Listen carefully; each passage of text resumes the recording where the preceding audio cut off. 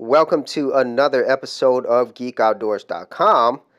And some recent news came out for Windows 10 updates, some major updates, and one that is not as major, but it's pretty big as well. And also the release of a Google phone, maybe at the end of this year. So let's first start off with Windows 10.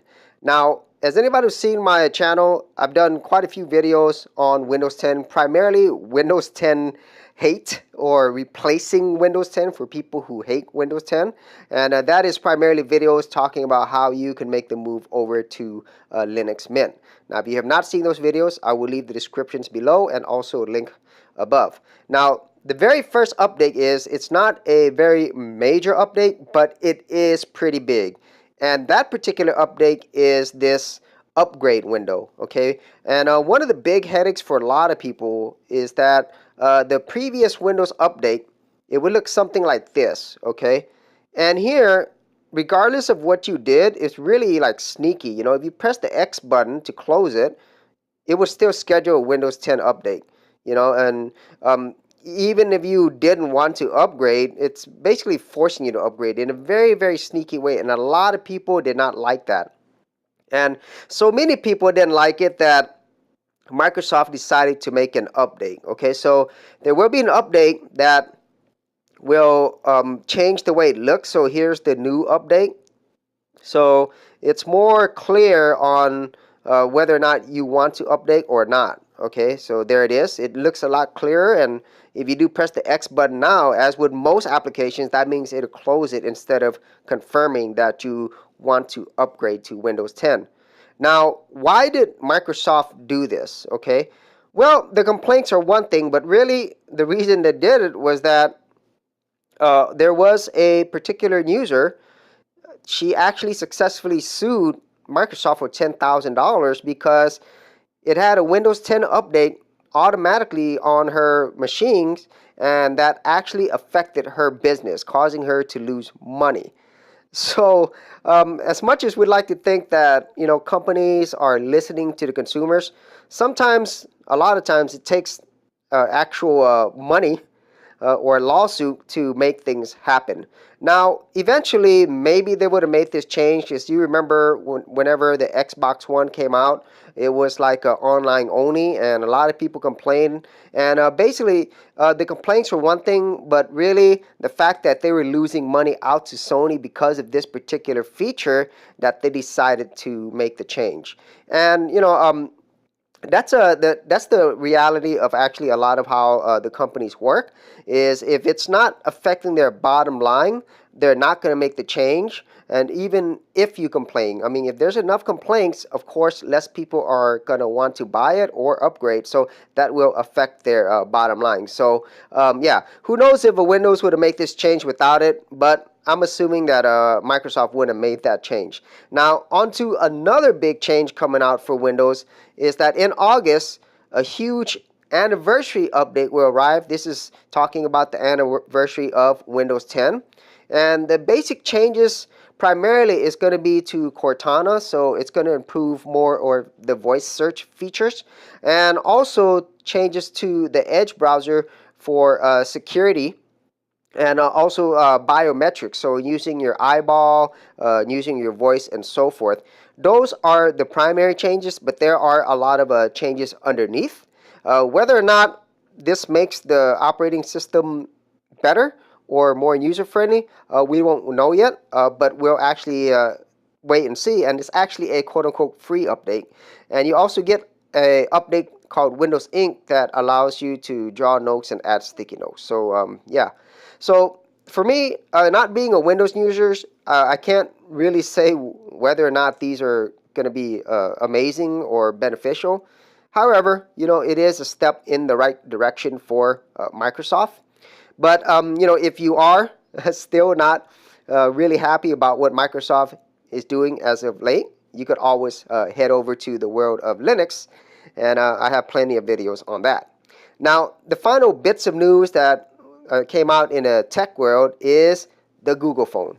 Okay, now if you're not familiar with the whole concept of a Google phone, whenever Google first released Android, or even prior to it becoming big, a lot of people thought that Google was going to release a Google phone. I mean, it wasn't really known as an Android phone. Everybody was calling it the Google phone.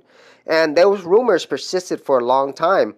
And then whenever Google released their Nexus program, a lot of people thought that, okay, this is going to be the Google phone that everybody thought it was going to be at the beginning.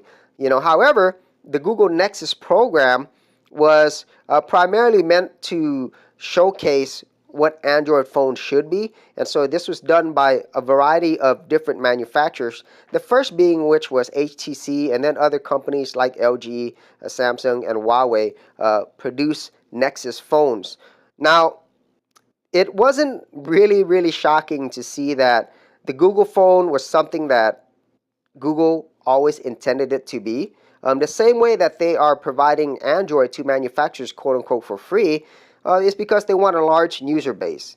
And eventually, they were going to make their own device. And they did already with the Google Pixel, which is their tablet/computer hybrid, which is produced by Google themselves, and also their Google Chromebooks. Okay, so Google has always planned to go to this route. They do want to own their whole ecosystem, just like Apple does.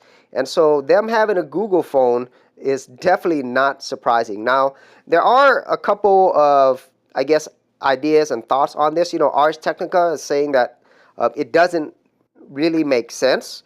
But to me, it makes a lot of sense. Okay, it makes a lot of sense for Google to do this. And companies like Samsung kind of knew this, and so they wanted to develop their own OS with Tizen. But nothing is right now as popular as Android when it comes to operating systems, because it's on over 1 billion devices, and it's not going to slow down anytime soon. However, the rumor is by the end of the year, HTC is going to be producing 2 more Nexus devices, the Marlin and Sailfish. But these are actually going to be probably the Google phones or a variant of it. But we'll wait and see what happens with that one. Now, on the flip side of why this thing sounds like it really is going to happen, it just goes back to what I said. Google, they want to own their whole ecosystem. So if they could have something that's more vertical, where they could control every part of it, they could be more successful, in terms of monetizing it, like Apple does, and also, Android allows them the ability to scale both vertically and horizontally. So horizontally, that's what's occurring right now. They're having a lot of people use Android, even though Google makes this open source and it's not quote unquote owned by Google. Well, it basically is, because it has a lot of Google services tied to it. So this is a pretty smart move from what I'm thinking. The only thing that I'm concerned about is whenever it gets to this point where Google is slowly but surely getting more and more control, I think in the future it might not be as open as we would like it to be. And, we would have another scenario where we have another I guess, monopoly in a lot of ways. And so, you would be just like you would be using an Apple iPhone or Microsoft OS. So I hope that's not the case. I hope they still maintain a lot of the open source nature of Android. But more and more, it looks like that's not going to be the case, where eventually I think that the Nexus program, they're either going to phase this out, or they're going to make it completely made and run by Google, which just seems more like the case. And so for all the manufacturers, which are many who are using Google's Android to produce their phones and devices, they really don't have a choice. And I think that was Google's plan all along. So, what are your thoughts on both the Windows 10 updates and the anniversary updates, and also this Google phone? Leave them in the comments, ideas in the comments section below, any ideas that you had. And also, if you had any questions that you wanted to shoot really quickly, you could always send me a snap. I'm on Snapchat at Geek Outdoors. Thanks for watching. Thanks for checking out this episode. And as always, if you like these videos, be sure to click on the subscribe button. And for full written content, audio content, and additional geek stuff, head over to geekoutdoors.com, and I'll see you outdoors on the very next episode.